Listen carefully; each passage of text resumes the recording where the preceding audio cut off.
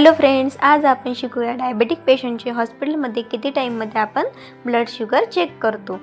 हॉस्पिटलमध्ये diabetic patient हा admit असल्यास डॉक्टर आपल्याला चेक करायला सांगतात GRBS. मग what is mean by GRBS? GRBS म्हणजे काय तर ग्लुकोमीटरने पेशंटची काय RBS चेक करणे.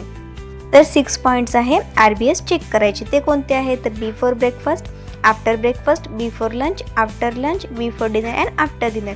हे काय आहे 6 point of blood sugar check करायचे. पेशंटने जेवण केले की नाही यावर शुगर खूप डिपेंड करते, म्हणून आपण एक दिवसाची 6 टाइम शुगर काय करत असतो चेक करत असतो. तर शुगर चेक करायची टायमिंग काय असतात तर 3 असतात बिफोर आणि 3 असतात आफ्टर. बिफोर म्हणजे काय तर जेवणाच्या आधी. बिफोर ब्रेकफास्ट 6 to 8 AM म्हणजे सकाळी उठल्यावर न्याहारीच्या आधी. ओके. नंतर येते बिफोर लंच म्हणजे टायमिंग काय येणार 12 to 1 PM म्हणजे दुपारच्या जेवणाच्या आधी. त्यानंतर बिफोर डिनर म्हणजे 6 to 7 PM रात्री जेवणाच्या आधी. तर हे होते बिफोर म्हणजे अगोदर, जेवण करण्याच्या अगोदर चेक करणारे RBS टायमिंग. नेक्स्ट येते आफ्टर. आफ्टर म्हणजे काय जेवणानंतर. तर फर्स्ट आहे ABF. ABF म्हणजे काय तर आफ्टर ब्रेकफास्ट. त्याचं टायमिंग काय येणार आहे टायमिंग येणार आहे 8 to 10 AM म्हणजे न्याहारीनंतर किंवा 1-2 तासानंतर न्याहारीनंतर. ओके. तर आहे AL. AL म्हणजे काय तर आफ्टर लंच 2 to 3 PM म्हणजे दुपारच्या जेवणानंतर किंवा 1-2 तासाच्या जेवणानंतर.